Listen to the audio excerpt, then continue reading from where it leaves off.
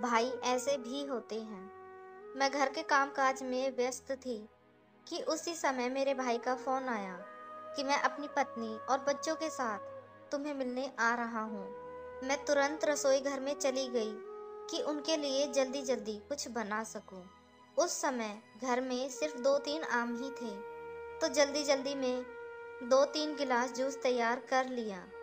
जब वो लोग आए तो भाई के साथ उनकी सास भी आई थी, जो इससे पहले मेरे घर कभी नहीं आई थी।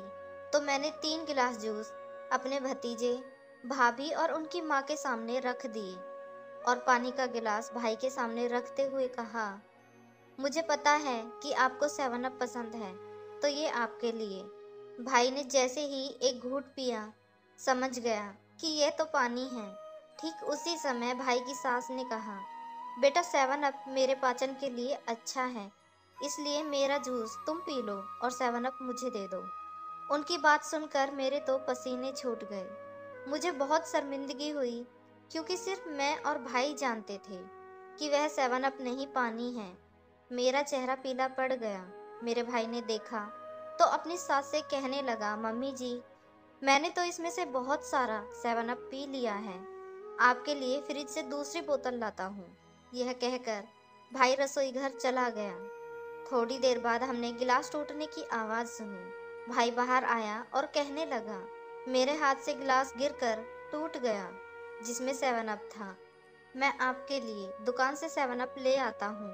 तो उनकी सासू माँ ने मना कर दिया और कहा कि जाते हुए ले लेंगे, अभी रहने दो।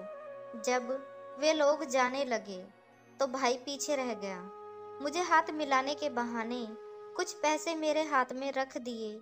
मुस्कुराकर कहने लगा, बहना, मेरे हाथ से कांच का गिलास टूट गया, माफ़ कर देना। इस तरह मेरे प्यारे भाई ने मेरी आर्थिक परिस्थिति को छुपाकर और कुछ पैसे देकर मेरी मदद की, और साथ ही अपनी पत्नी और सासू माँ के सामने शर्मिंदा होने से बचा लिया।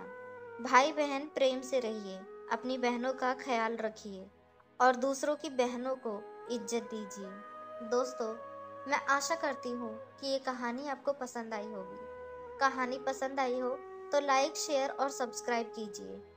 और इस कहानी पर आपकी क्या राय है, हमें कमेंट कर ज़रूर बताइए।